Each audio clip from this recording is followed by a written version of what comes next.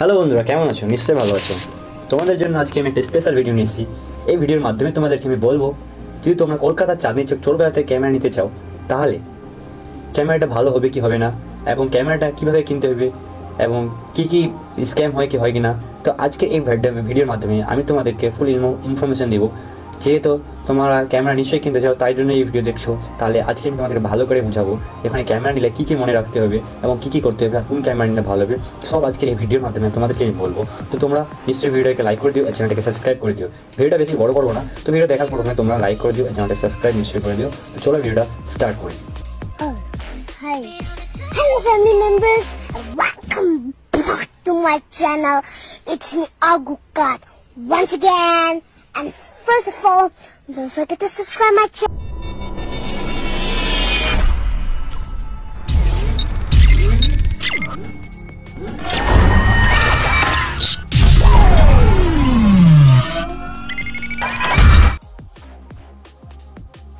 তো গাইস, এটা হচ্ছে আমাদের ক্যামেরার ব্যাগ এবং এটার মধ্যে আমাদের ক্যামেরা আছে। এই ক্যামেরাটা আমি কলকাতা থেকে পারচেস করেছিলাম। তো এই ক্যামেরাটা এখন তোমাদেরকে আনবক্সিং করে দেখাবো। ক্যামেরাটা ভালো আছে কিনা, ওয়ার্ক করে কিনা ভালো করে, সেটা এই ভিডিওর মধ্যে তোমাদেরকে আমি দেখাবো আজকে। তো প্রথমে সর্বপ্রথম চ্যানেলগুলো করে দিই।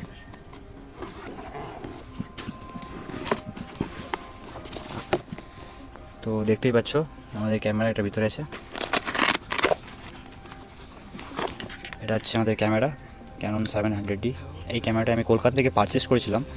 তো তোমাদেরকে আমি দেখাবো তো ক্যামেরাটা ভালো করে ওয়ার্ক করে কি করে না, সেখানকার ক্যামেরা কি স্ক্যাম হয় কি ভালো ক্যামেরা বের হয়, সেটাই আমি তোমাদেরকে আজকে এই ভিডিওর মাধ্যমে বলবো। আর ক্যামেরার সঙ্গে একটাই ব্যাটারি দিবে, ওরা বেশি ব্যাটারি দিবে না। এটা হচ্ছে ওর ক্যামেরার ব্যাটারি, তোমরা দেখতে পাচ্ছ খুব সুন্দর ব্যাটারি আছে। আর ক্যামেরার সঙ্গে গিম্বল টিম্বল এক্সট্রাভাবে কিছু দিবে না। আমি গিম্বলগুলো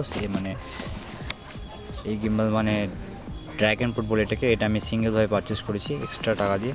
শুধু ওদের কাছে ক্যামেরা নিলে এই ক্যামেরাটাই দেবে। তো গাইস, ক্যামেরার ভিতরে আমরা ব্যাটারি লাগিয়ে দিয়েছি। অ্যাকচুয়ালি এই ক্যামেরা সব থেকে ভালো পারফরমেন্স হচ্ছে যে রুটেড স্ক্রিন আছে এটা ক্যামেরার মধ্যে, তোমরা দেখতে পাবো যে রুটেড স্ক্রিন, এটা সব থেকে সিস্টেম ভালো, ব্লগ করার জন্য সব থেকে পারফেক্ট হবে। এবং এখানে টাচ স্ক্রিন আছে, এখানে টাচ স্ক্রিন এবং এখানে সুইচের সিস্টেম আছে। তো আমরা এটাকে অন করব, অন করে দেখব ছবি ভালো করে আসছে কি আসছে না। তো গাইস, ক্যামেরাটাকে আমি অন করে নিয়েছি। অ্যাকচুয়ালি তোমরা দেখতে পাচ্ছ গাড়ির ছবি এখান থেকে আছে। ছবিটা ক্লিক করে দেখি কীভাবে আসছে।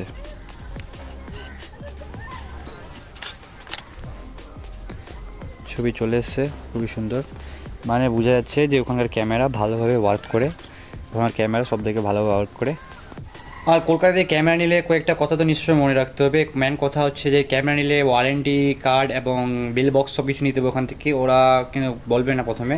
আর সবথেকে সর্বপ্রথম কথা হচ্ছে যে ওদেরকে তোমরা ব্যাগের কথাটা সব থেকে বলে দেবে, ঠিক আছে? ব্যাগের কথাটা না বললে ওরা ব্যাগটা দিবে না। প্রথমে ক্লিয়ার করে নিবা যে ক্যামেরার সঙ্গে ব্যাগ দিবে কি না।